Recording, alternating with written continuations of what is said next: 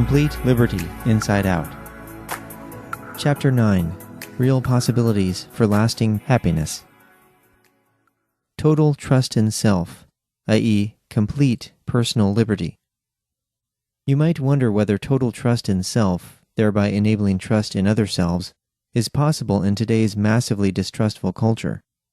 Can such a crucial psychological need as self-esteem be fully experienced in a political world that threatens rights-respecting persons with punishments if they do or don't do particular things? What really happens to ourselves when we are coercively trained to do things that we otherwise would not do? The thought that such training is for, quote, the common good, quote, the general welfare, or, quote, the public interest, wears pretty thin after we gain some awareness of the nature of propaganda. Assuredly, the only way any of us can develop self-esteem in such a context, and avoid sizable defenses and pretenses, is to realize just how unfree we presently are, and naturally feel a great deal of despair about that.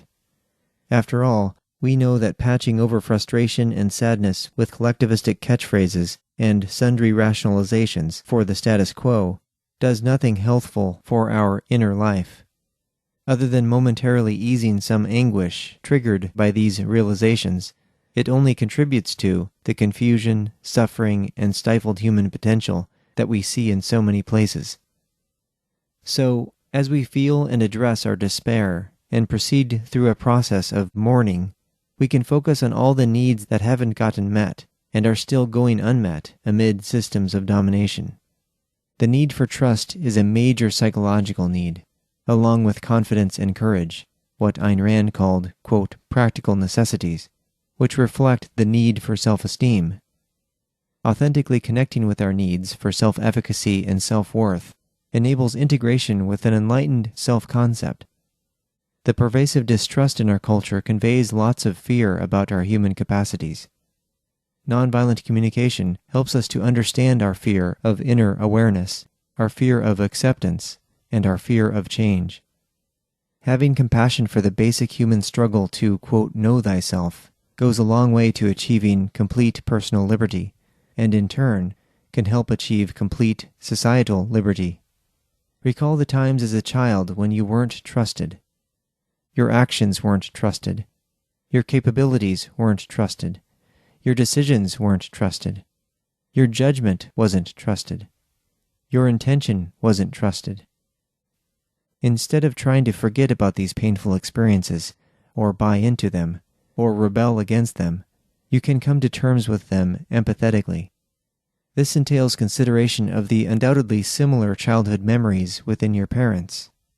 Being a wise and loving guide for the child and teenager within yourself is key. As mentioned, Brandon's psychotherapeutic workbook, The Art of Self-Discovery, provides a quite useful way to do this, and it's just a download away at happinesscounseling.com/happiness-resources. Whenever you want to explore your inner world, it's there. We can essentially rebuild our self-concept in a healthy image and likeness to reflect our humaneness. As a result, our fears can be transformed into invitations for healing and growth, which means a host of life-enriching insights and adventures within ourselves and others. Making life more wonderful with others via the marketplace. A free marketplace provides for so much creativity that at some point, perhaps most individuals will be proclaiming its benefits from every corner of the internet. And of course, the World Wide Web is arguably the freest place on Earth right now. Nevertheless, those of us who have grown up in a developed country tend to take many aspects of the marketplace for granted. Myriad conveniences are readily, widely, and relatively cheaply available.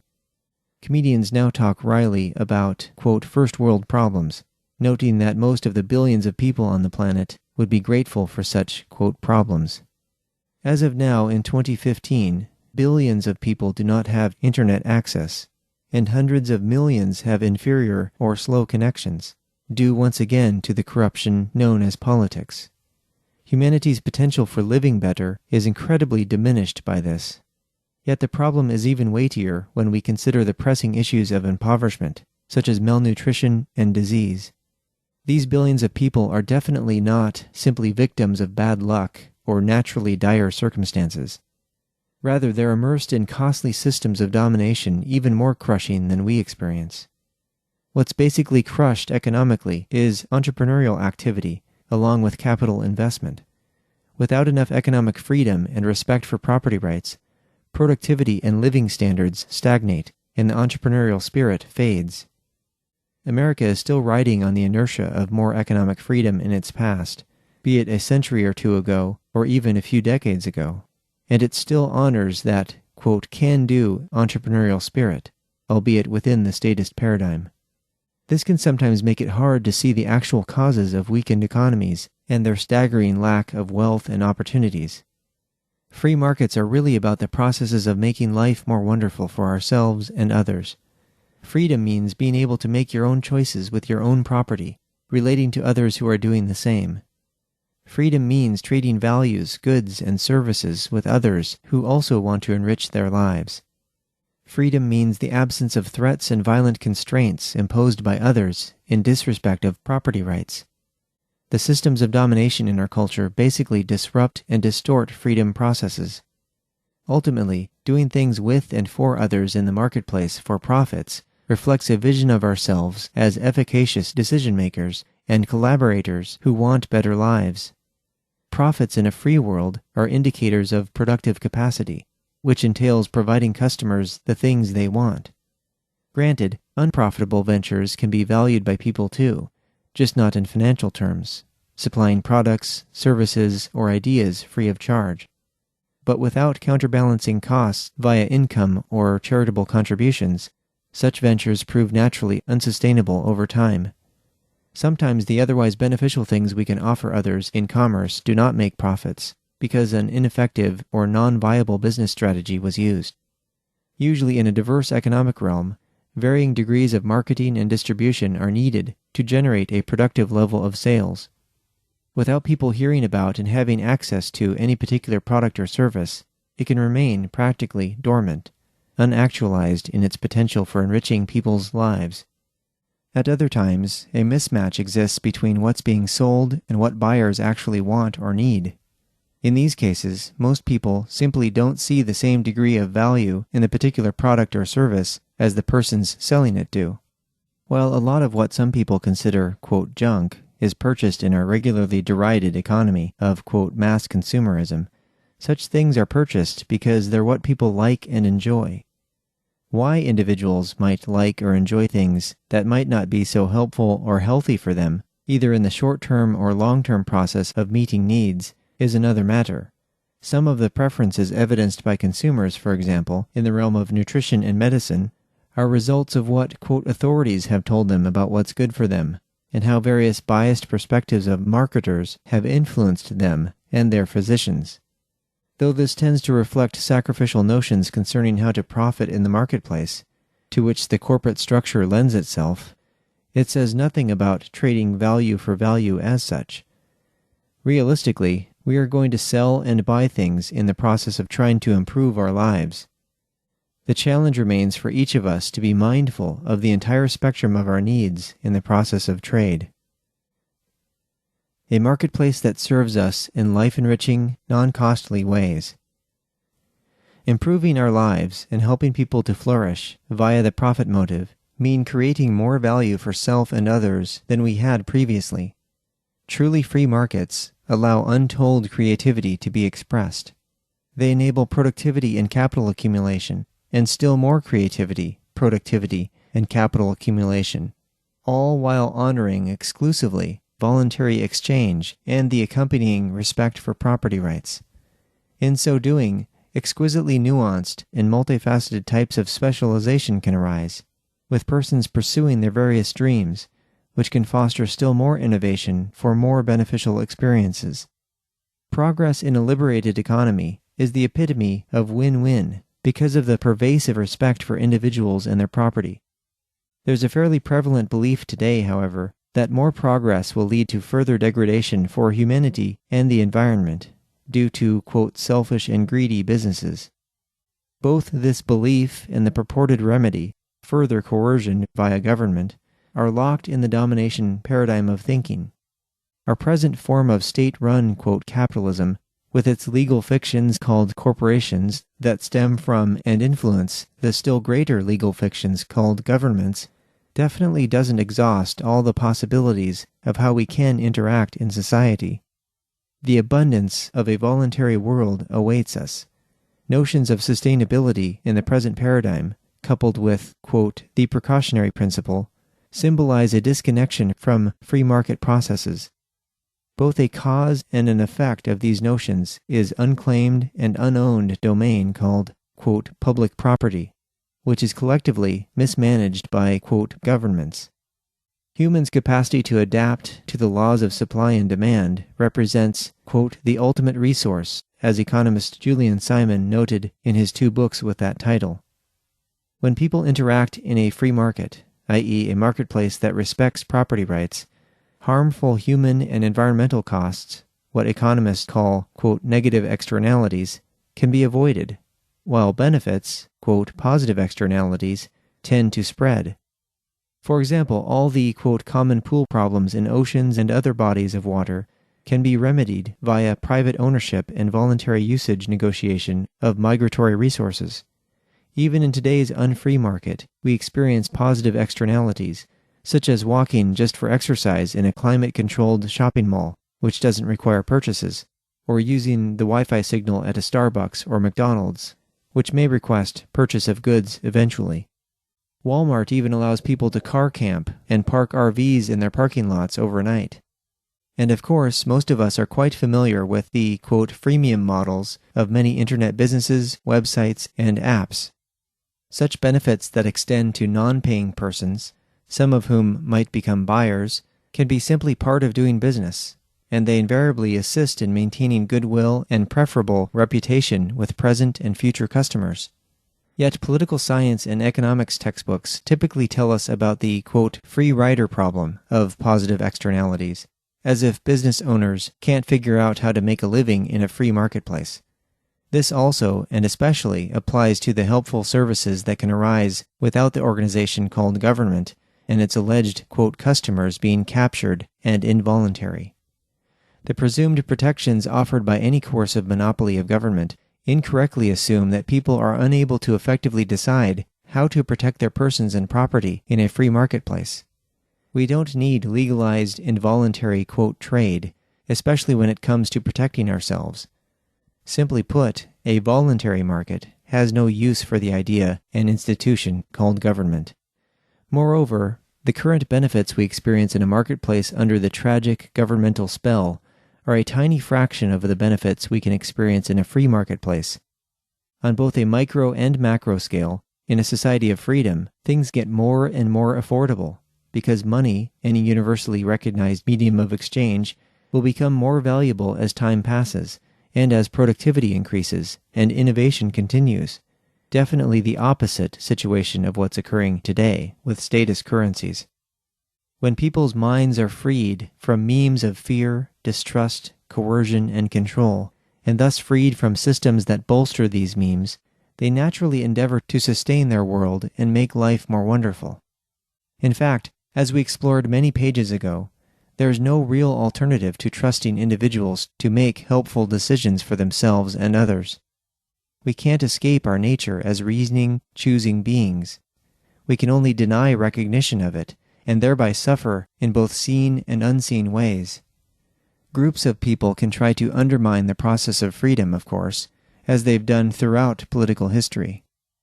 With the backing of domination language and systems, some presume to be rulers over individuals' minds and property, but it's impossible to avoid the psychologically debilitating and economically disastrous consequences. The effects of the domination system of corporate, warfare, welfare, statism that's prevalent in economies today are the furthest things from the life-enriching effects of free markets. Yet, as mentioned, somehow human, greed and, selfishness are blamed, rather than systems that encourage violations of persons and their property, systems that impede willing sellers and buyers and hinder respectful trade relations. When people's experiences and interactions in current marketplaces are so adversely affected by all the domination systems in place, we can predict the loss of respect for the universality of property rights deriving from self-ownership. When the solutions to the problems we've covered throughout these 9 chapters become widely distributed in all the minds who care about having a much better life, a new world can arise. A society of individuals with balance and centeredness.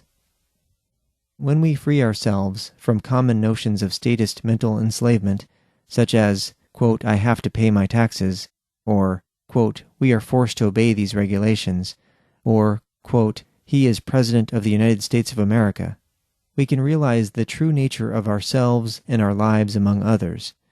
The fact is that our decisions are largely based on the ideas we have, or do not have, in our minds, as well as our calculations, or lack thereof, of consequences. If we don't question and challenge the course of status quo, then how we choose to interact with each other tends to reflect the unhealthy psychological experiences we've had in childhood and school. We've experienced a multitude of conformist beliefs within a power-over paradigm. Many of our needs were unrecognized, denied, and neglected. Thus, to become centered in our rational self-interest and balanced in our strategies to meet needs can pose major psychological and emotional challenges for us. A culture that's distanced from honesty and empathy can affect us to the point of viewing our interactions in terms of win-lose, and again, inevitably, lose-lose psychologically.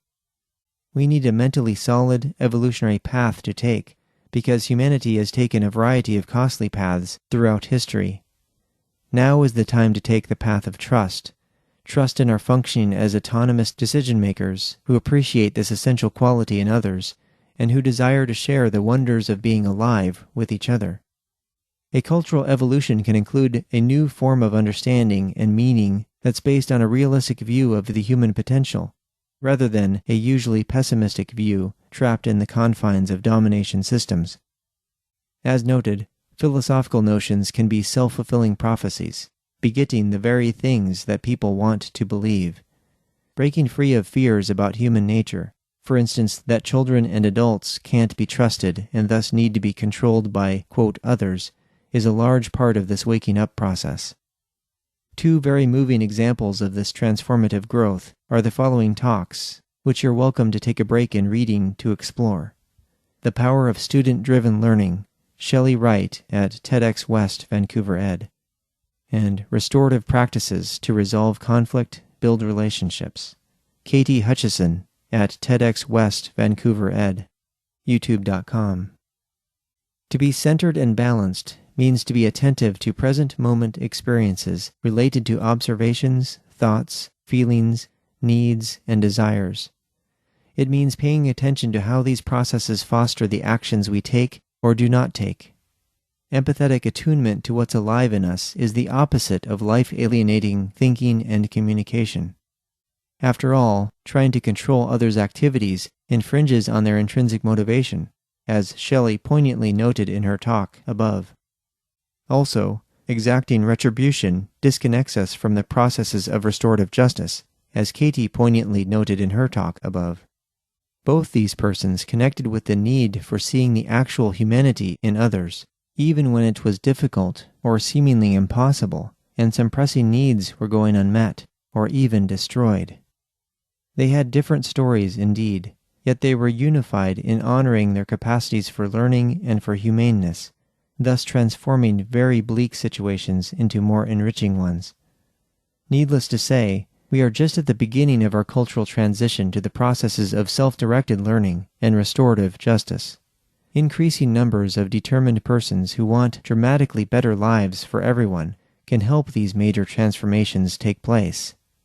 A much more honest, empathetic, resourceful, safe, and prosperous culture can consequently happen. Although they can be difficult to envision at times, we have the most amazing cultural transformations still ahead of us, and the younger generations especially can play a big role in bringing them about, just as the children in Shelley's story strived to achieve their goal and make life more wonderful for disadvantaged children elsewhere. A pedagogy that's in line with fostering intrinsic motivation and self-directed learning is one that's in line with the betterment of the entire world. As Montessori noted in The Secret of Childhood, quote, within the child lies the fate of the future. Whoever wishes to confer some benefit on society must preserve him from deviations and observe his natural ways of acting. A child is mysterious and powerful, and contains within himself the secret of human nature." Unquote. Visions of the past and future to refashion the present. If we were to view Earth with our naked eyes from the orbit of Saturn, we'd see a tiny yet shiny speck in the blackness of space. If we had a telescope, we'd see some white and blue contrasts, and perhaps some greens, browns, and tans, depending on the magnification. We would not see humanity. We'd just see a, quote, pale blue dot, as Carl Sagan called it, in the midst of countless stars, potential suns for countless other planets, amid dozens of galaxies in our local cluster, amid roughly 100,000 galaxies in our local supercluster, Laniakea, amid untold millions of galactic superclusters in the filaments of the observable universe. The astronomical sum total of billions of galaxies is nearly beyond comprehension. Talk about mind-bogglingly vast amounts of coalesced matter and energy. Moreover, in our particular realm of the cosmos, on our pale blue dot, we are part of biological systems that have arisen seemingly against the law of entropy. But we're not in a closed system. Life flourishes from a constant influx of energy. Thank you, Sun, and geological activity. Here's a short video that brilliantly illustrates our Milky Way's place in our vast galactic supercluster. Laniakea, our home supercluster, youtube.com. The utter vastness of the universe is something that can drop one's jaw in wonder of the magnificence of all that exists, which especially includes ourselves. We can also reflect on our profound capacity of reflection. We can try to come to exact emotional terms with being essentially self-aware star stuff. For without the heavy elements generated from star explosions billions of years ago, our own lives and world wouldn't be possible. Filmmaker Jason Silva has created a variety of, quote, philosophical espresso shots to inspire more excitement and awe of these and other insights. youtube.com/shotsofawe, vimeo.com/Jason Silva. We are the fine-tuned biological products of millions of years of evolution. Our hominin lineage branched from the other great apes around 6 million years ago. The last couple million years have led to the genus Homo, and then our sapiens species, which possesses a larger and somewhat differently structured brain, more neocortex and denser interconnections, for instance. As mentioned, this has provided us the capacity to conceptualize and make decisions in an abstract way. No other animals grapple with the concept of self-responsibility, nor do any other animals understand the nature of mortality. As explained in The Psychology of Liberty, self-awareness embodies all sorts of facets and features that make our species unique. Psychologist Nathaniel Branden wrote about the uniqueness of our species and about the implications of having self-awareness. Quote, "No other animal is capable of monitoring and reflecting on its own mental operations, of critically evaluating its own mental activity, of deciding that a process of mental activity is irrational or illogical, inappropriate to the task of apprehending reality, and of altering its subsequent mental operations accordingly. No other animal is explicitly aware of the issue of life or death that confronts all organisms. No other animal is aware of its own mortality, or has the power to extend its longevity through the acquisition of knowledge. No other animal has the ability and the responsibility to weigh its actions in terms of the long-range consequences for its own life. No other animal has the ability and the responsibility to think and plan in terms of a lifespan. No other animal has the ability and the responsibility to continually work at extending its knowledge, thereby raising the level of its existence. No other animal faces such questions as, who am I? How should I seek to live? By what principles should I be guided in my actions? What goals ought I to pursue? What is to be the meaning of my life? What should I seek to make of my own person?" Unquote. These insights were published in his book, The Psychology of Self-Esteem, in 1979. On the Wikipedia page for our species, we find many new insights and even controversies about our nature, yet we don't find anything scientifically at odds with Brandon's thoughts above. They are logical identifications about human consciousness by a human consciousness, a self looking at the nature of selfhood, using concepts to convey meaning and provide understanding. It's been said since probably the ancient Greeks, and perhaps prior to them, that philosophy is our way of coming to terms with our mortality. The questions presented above are practically inescapable for us, and we can answer them in ways that lead to much more enriching lives. By attaining self-understanding, honoring intrinsic motivation, practicing self-responsibility, and connecting with self and others via honesty, empathy, and respect, we can truly transform the human world into a marvel of the cosmos. Again, self-responsibility simply recognizes our own volitional nature and the fact that accepting our capabilities need not result in troubling contradictions and inner conflicts. Nor does self-responsibility require any of the shame, blame, and punishment so common in cultures of domination. To see ourselves in a realistic fashion also entails exploring our great possibilities for growth, our potential as reasoning creatures capable of creating abundance. For centuries, discoveries in science and innovations in engineering have led to tremendous improvements in our well-being and capabilities. Technological innovation in sectors such as information technology and biotechnology has certainly helped improve our lives, in many ways save our lives. My own life was saved by injections of recombinant DNA insulin, without which I would have died in the mid-1990s from ketoacidosis-generated complications of untreated type 1 diabetes. Human innovation in general, both in terms of the philosophical, psychological, and social changes covered in this book, and the advancing technological changes, over the next few decades, may equal and then surpass all the past innovations throughout human history combined, due to various accelerating returns. Futurist researcher John Smart wrote the following about this in a review of a paper that questioned such a view. Quote, "In the long run, I would expect this, purportedly less human-initiated innovation per capita, depending on how one measures it, to be a moot point if humans are also becoming increasingly intimately integrated with our machines, as several technology scholars, for example Ray Kurzweil, myself, propose. At some point, technology seems very likely to become an indistinguishable extension of our humanity. But it is possible that we'll see less human-initiated innovation per capita for a few more generations to come. And perhaps this is the trend Hübner is attempting to characterize. At the same time, as our leisure individualism increases, not, quote, sovereign individualism, but a milder and more consumerist form, the kind of innovation that humans generate may also be changing, becoming increasingly higher order and abstract.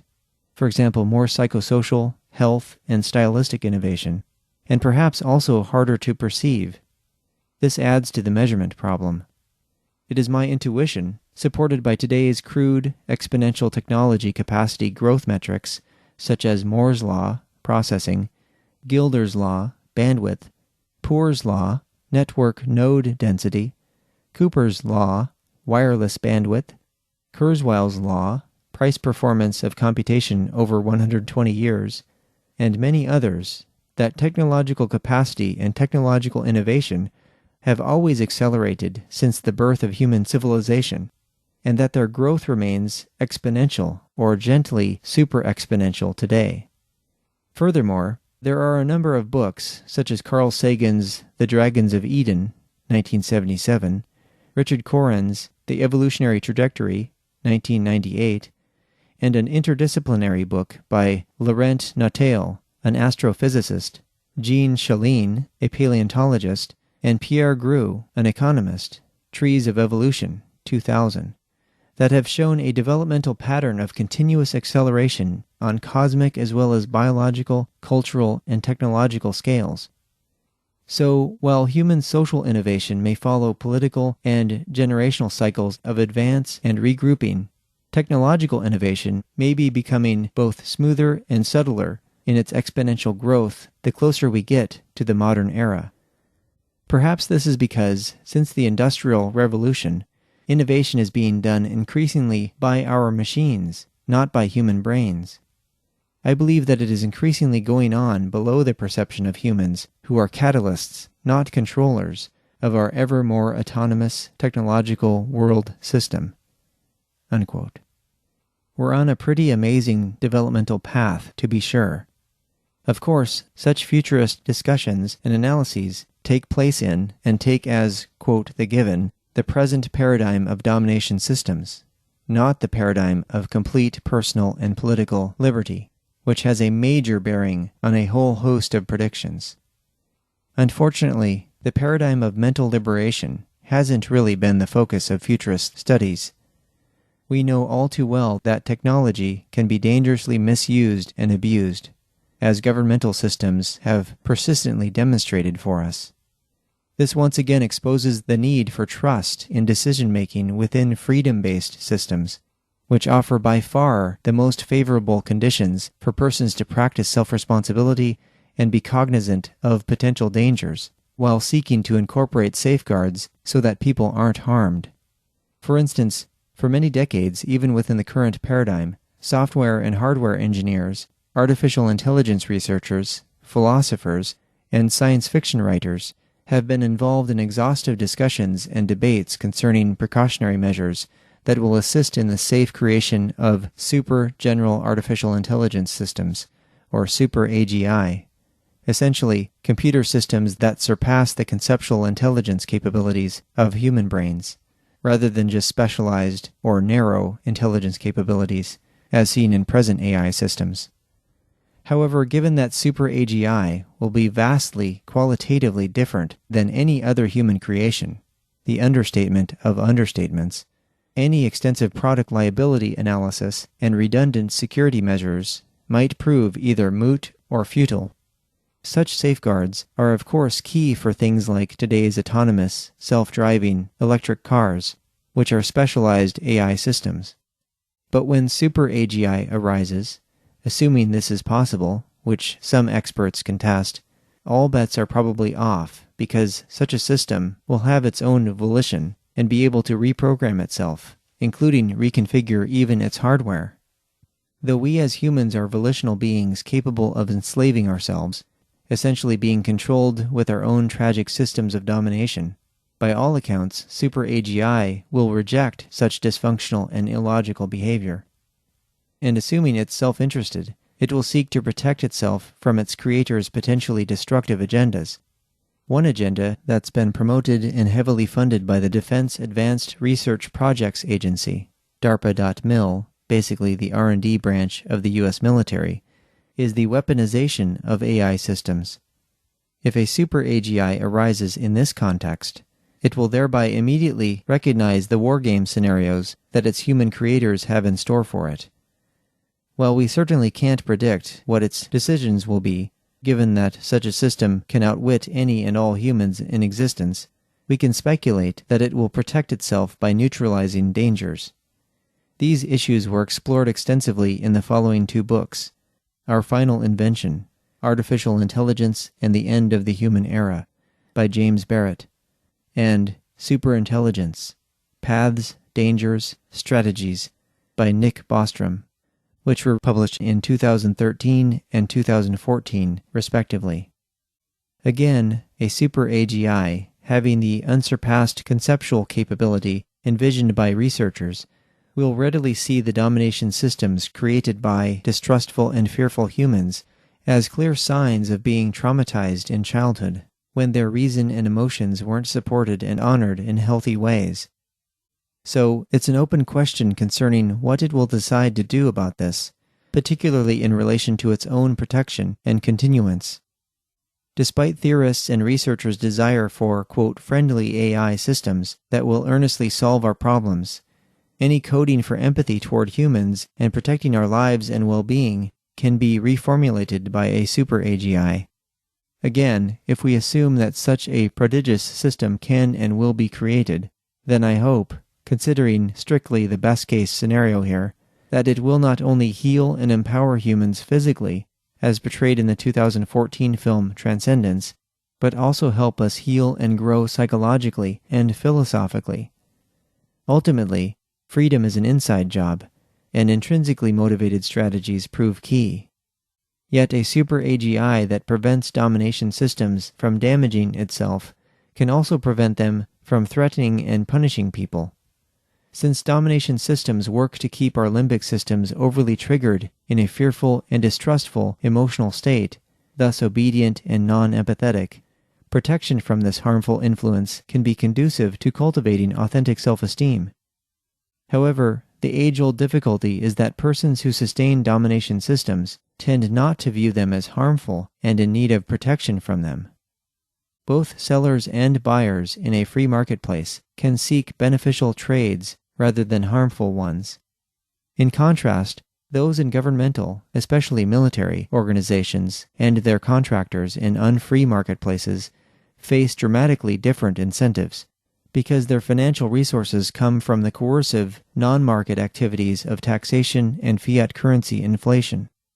Many concerns, worries, and fears tend to underlie, quote, the end justifies the means thinking in the purported defense industry, which reveal the same needs for safety and security that are tragically expressed throughout the governmental system.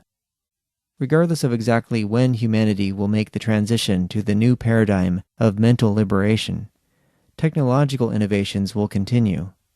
They'll offer us more efficient and integrated communication and knowledge acquisition devices, as well as greater personalized manufacturing capabilities, such as 3D printing. Creations that function on the nanoscale, millionths of a millimeter, will continue to be innovated as well. Nanotechnology promises amazing industrial uses, potentially altering entire landscapes of economics. And nanomedicine promises to eventually enable us to repair bodily damage on cellular and molecular levels, so that we can live in great health and basically halt and even reverse the aging process, as well as cure various currently intractable diseases. Rejuvenation biotech is still in its infancy, but groups such as sens.org provide much inspiration and hope. Indefinite lifespans might even be in store for us in this century. Many more changes in personal and cultural perspectives will result. Futurist researcher Sonia Arison endeavored to outline a variety of them in her 2011 book, 100 Plus, How the Coming Age of Longevity Will Change Everything, from careers and relationships to family and faith. Kevin Koskela and I interviewed her on Healthy Mind Fit Body podcast, episodes 85 and 86. It's possible that we'll experience a world that's incredibly more rich, both quantitatively and qualitatively. And in a voluntary, empathetic, and respectful society, we can flourish in unparalleled ways. No one's mind or life is sacrificed in a human world that's win-win oriented, that practices no coercion, that makes no demands. Nearly all of the present things that contribute to human suffering and death can be remedied, once enough people gain a logical and compassionate understanding of the actual causes and effects, and thus how to deal with them effectively. All sorts of countries around the world are stricken by the effects of governmental systems, entailing severe neglect of countless individuals' needs. Billions of persons suffer or die from infectious and parasitic diseases, resulting from untreated sewage, garbage, and contaminated water, such as in India, Africa, and Asia. Tens of millions of persons are choking on dense, omnipresent smog in newly industrialized cities in China, for instance. Myriad others are experiencing unspeakable cruelty and lethal violence against men, women, and children in war-torn regions, for example in the Middle East. Millions, even billions, are distressed and debilitated by malnourishment. Even in America, approximately 50 million people rely on governmental food stamps, and untold millions more suffer from increasing living costs or lowered living standards, among other economic woes. Every one of these human problems is either fostered or perpetuated by human domination systems. We could spend many pages examining the problems that people suffer and die from around the world, but the mainstream media points them out on a regular basis. Having been also subjected to the conditional parenting model and the schooling system, however, those in the media generally believe in the efficacy and propriety of, quote, government. Fear and worry about possible, probable, and actual dangers and harms tend to underlie most news stories, although thankfully there are also stories of decentralized and voluntary networks of people who are inducing positive changes. Humanity need not remain trapped in a continually frustrating and seemingly hopeless social, economic, political milieu. Lasting remedies to human problems can be realized. We can even fix these very human problems relatively quickly when problematic systems of thinking and acting that impede progress are recognized and dissolved. Along with super-AGI concerns, a potentially catastrophic aspect of domination systems concerns our nuclear age. The doomsday clock, created by the board of directors of the Bulletin of Atomic Scientists, illustrates the threat of nuclear annihilation, or global human-made disaster, on a 24-hour timer. It was updated to only 5 minutes to midnight in January of 2013. Now, in 2015, it's set at 3 minutes to midnight. Since the clock's inception in 1947, set at 11:53 p.m., it's always been within 17 minutes to catastrophic midnight. Now, let's reflect on that. Some humans have created thousands of nuclear warheads that can practically wipe out our species and destroy most flora and fauna on Earth. People calling themselves governments continue to keep them in a ready position, just in case other members of our species, namely in other governments or other terrorist groups, choose to launch or detonate the warheads they have. Thus, supposedly, quote, we can deter, quote, them by promising mutually assured destruction, or MAD, as it's known in foreign policy circles. A more fitting acronym probably couldn't be devised. Given the exceedingly dreadful nature of this situation, most people understandably try to shift their awareness away from it. For instance, they focus on issues that involve matters in local communities and mounting complaints about corporations, such as carbon emissions, genetically modified foods, corrupt political deals in developing countries, lobbying and subsidies, and so on. Corporations, being legal creations of the governmental system, tend to distract us from the root of the problem. Making derivative issues and subsystems the priority in social change advocacy only perpetuates the present problems. Such a focus does not and cannot fix them. Given the nature of systems, working inside the status paradigm only begets more of itself, and it leaves people feeling frustrated, disappointed, and largely defeated, while countless millions of people try to cope with varying amounts of ignorance and apathy, akin to learned helplessness from being repeatedly threatened and punished. Hence, cycles of sacrifice tend to continue. True change for the better tends not to be realized, perhaps, because it entails some discomfort in the process of meeting our need for independence. After all, connections with others can become strained, if not severed, especially when we're not fluent in nonviolent communication. The realization that much of our culture is built upon myths and half-truths can also be quite disturbing and scary. Yet we know that going along with collectivism and living in fear stymies hopeful change, both personally and societally. Ayn Rand wrote that an individualist is one who asserts, quote, I will not run anyone's life, nor let anyone run mine. I will not rule, nor be ruled. I will not be a master nor a slave. I will not sacrifice myself to anyone, nor sacrifice anyone to myself. Unquote. In taking responsibility for our inherent freedom to make our own choices, we can readily embrace the idea of change for the better. Of course, trying to encourage and induce change in a culture that seeks to maintain its age-old rigidity of beliefs can be quite challenging, to say the least. Perhaps only a few million people currently on Earth explicitly advocate voluntarism as both the theoretically sound and practical solution for transformative ethical and political changes for the better.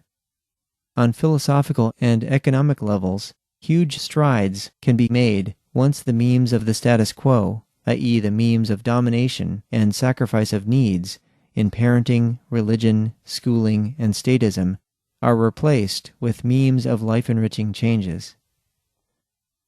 Change for the better, the most important meme. Let's finally address what may be considered a meta-meme, the importance and benefit of memes evolving so that they can be adaptively selected and functional for us. Clearly, what's most advantageous for us at this point is the promotion of ideas and behaviors that lead to healing, growth, and prosperity, instead of harm, decline, and hardship. Yet, this can be obscured by all sorts of experiences from childhood onward, experiences that lack philosophical clarity and psychological integration. If asked, most people would likely say that change for the better is a very good thing.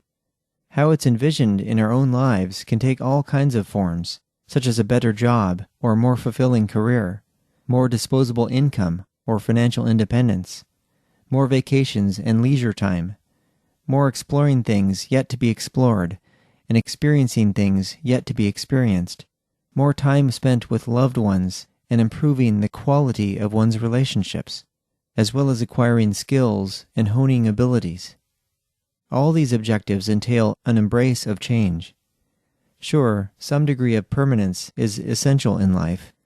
On metaphysical, epistemological, and psychological grounds, we need to know that we're living in a stable and knowable reality, where things are predictable and comprehensible, as well as comfortable for us to flourish.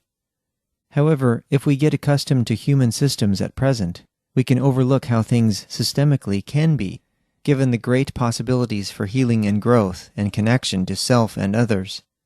This itself can be a major challenge, of course, both personally and societally. How do we make peace with the way things are, the way we've structured our lives, for instance, and enjoy that, while seeking more stimulation and nourishment via the potential changes we can generate in our lives?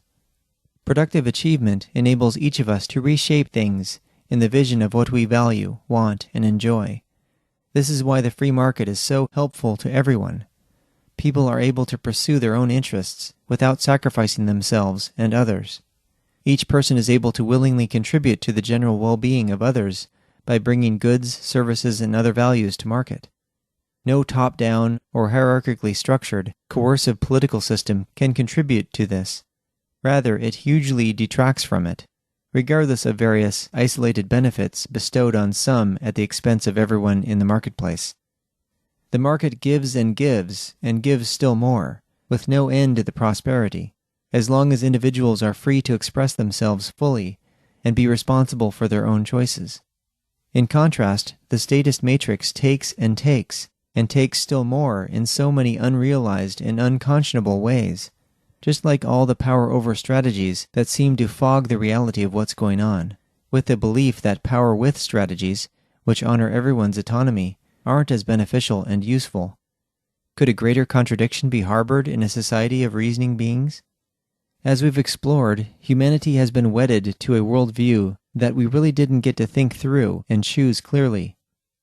In childhood, we tried our best to make sense of things in the adult world. We asked many questions in order to meet our needs for clarity and understanding. Over time, in concert with a series of traumatizing experiences, an unfortunate series of mental shifts tended to occur, in which our questioning minds tended to ask fewer questions pertaining to fewer essential concepts and foundational premises. Eventually, various views tended to be simply taken as givens or unquestioned norms. We then became further detached from our own sense of honesty and self-empathy. At times, we may have found ourselves talking mainly about the goings-on of other people, easily passing time in the realm of gossip, as entire programs, magazines, and websites are dedicated to learning about what others are doing socially, how they're doing it, and perhaps why. We may have also found ourselves talking and arguing about various issues in politics, policies, agendas, procedures, and the like, that are philosophically curtailed and delimited to the status quo framework. Moreover, we may have found ourselves talking about ideas that don't really question the central aspects of systemic coercion either. Ideas are of course a scaffold to greater understanding and integration. When aligned with reality, they can be used to further our lives and well-being. Empirical investigation in scientific endeavors is but one example. Ideas matter a great deal on the philosophical level, given that they're used to explain and justify many of the things we do and believe. Whether or not we know their origins, and regardless of how much we focus on them, philosophical ideas profoundly shape our lives. Thus, to have a logical understanding of the nature of reality, the nature of knowledge, the nature of flourishing, the nature of human interaction, and the nature of inspiration and beauty helps us function optimally in ways that can greatly enrich our lives. Psychological ideas are highly connected to these memes, especially regarding how to live well and interact with others in functional, enjoyable, and loving ways. This is where nonviolent or compassionate or connected communication enables us to avoid the pitfalls of moralistic judgment, with its accompanying shaming and blaming, as well as its demand-oriented, punishment-oriented, and deserve-oriented thinking, all of which contradict self-empathy and self-responsibility, keeping us disconnected from ourselves and others. Such life-alienating communication definitely reveals the experiences we had in childhood and how we were trained in our culture as we matured. We've basically learned how to tragically express our unmet needs, as Marshall Rosenberg aptly put it.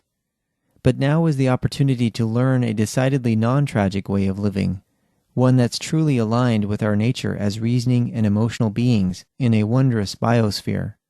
Although dissolving and transforming systems that don't actually work well can be quite challenging, every bit of effort we expend in this regard can contribute to a new inner reality for ourselves and others. Across the broad scope of human history, patterns of behavior have influenced future generations. What we've explored about the internal world of complete liberty indicates new and significant changes that are possible.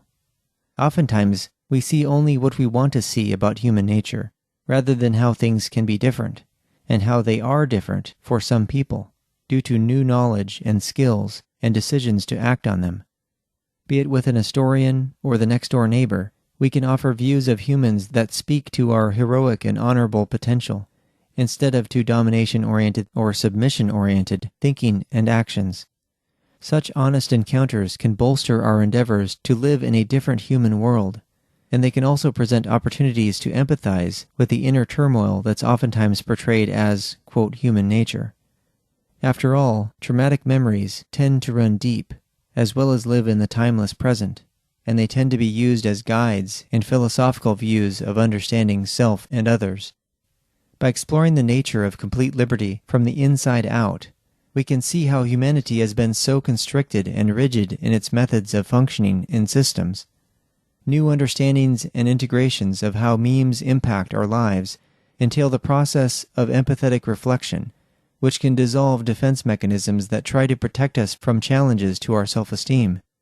When we realize that the nature of ourselves involves a persistent pattern of self amidst more or less constant change, we can realize that we need not defend ourselves from newfound truths.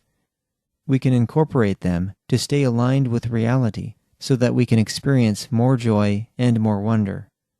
A crucial aspect of our mental world is dedicated to observing our thoughts, emotions, memories, and actions. The more we attune to this, quote, sage self, as Brandon called it, the more we can learn about ourselves and become more integrated. This is the part of us that's beyond self-distrust and fear of change, the part that's able to make peace with the pain of the past and the present, and that can calm worries about the future. It doesn't rely on thoughts and emotions involving shame and guilt, or being, quote, deserving or not of something, or someone. Rather, this aspect of ourselves has compassion for parts still in need of healing and growth. To be really in the moment, fully aware of what's alive in us, is a short step away from determining what can make our lives more wonderful. Integration involves being more connected to what's happening inside us and to the possibilities of further integration.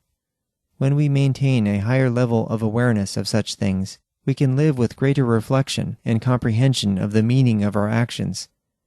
The vital advantages of cultivating this process of, quote, mindsight, as Daniel Siegel calls it, can be explored via this other video by him, Health at Google, Dr. Daniel Siegel, Taking Time In, youtube.com. Given the nature of this book, we can also make many new integrations about how to live together peacefully and happily. Inner harmony can be reflected in our society, instead of the typical displays of either chaos or rigidity, which are two aspects of the same psychological phenomenon, disintegration or disconnection. One of the most detrimental tricks that humanity has played on itself is to conjure up a conflict between the individual and the group. For safety and order to be maintained, persons are supposed to surrender their individuality and sense of independence to various societal roles and rules, in slavish obedience to, quote, laws. Related to this is the notion that there will always be friction between private or, quote, selfish interests and the, quote, public interest, quote, general welfare, or, quote, common good. Of course, when collectivistic systems arise and deny freedom for individuals, they also deny indispensable needs, for instance, autonomy, choice, equality, and respect. We can expect the dire consequences of sacrificing these needs with the intention of meeting others. No wonder individuality gets diminished, even destroyed in such systems. This, of course, doesn't diminish the human need for self-esteem, the need for a firm belief in one's efficacy and worth as a reasoning and feeling creature. Collectivistic systems just drive the need for self-esteem underground, where it's viewed as a guilty, unspoken necessity, because allegedly what really matters is helping others instead of helping oneself.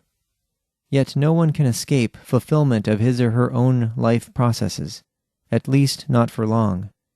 And no actual contradiction exists between meeting one's own needs and caring for others' needs, which of course is an individual need too. We are undoubtedly social animals in need of connection, and being social animals doesn't require being sacrificial ones. We are also thinking and feeling animals, ones who can remedy various conflicting notions, for example that thinking and feeling are antagonistic. Paraphrasing Brandon, in order to think clearly, we need to feel deeply, and in order to feel deeply, we need to think clearly. So, if we think clearly about collectivistic notions, we then see their harm to individual selves, which means to everyone. After all, such notions foster self-alienation and self-denial, as well as compensatory defense mechanisms, attempting to make coercive, self-sacrificial, collectivistic life more comfortable.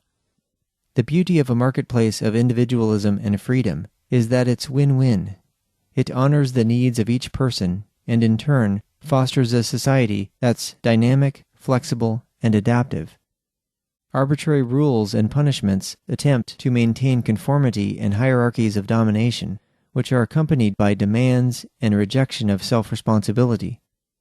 This ethical and political land of the arbitrary begets more controlling methods and more suffering. Chaos and disorder in the realm of humanity ensue. As we've explored, when scant trust is placed in individuals to make choices, their choices become less autonomous and less life-enriching. Instead, so-called order and control are imposed by various individuals, in acts of irony, to fill the supposed gaps in human nature. Yet this only yields a society built on top of grave contradictions, using propaganda to emphasize its alleged propriety and necessity, which tragically leads to many more graves for human beings. At this point in our evolution, more and more of us can begin to reject the demands of harmful systems.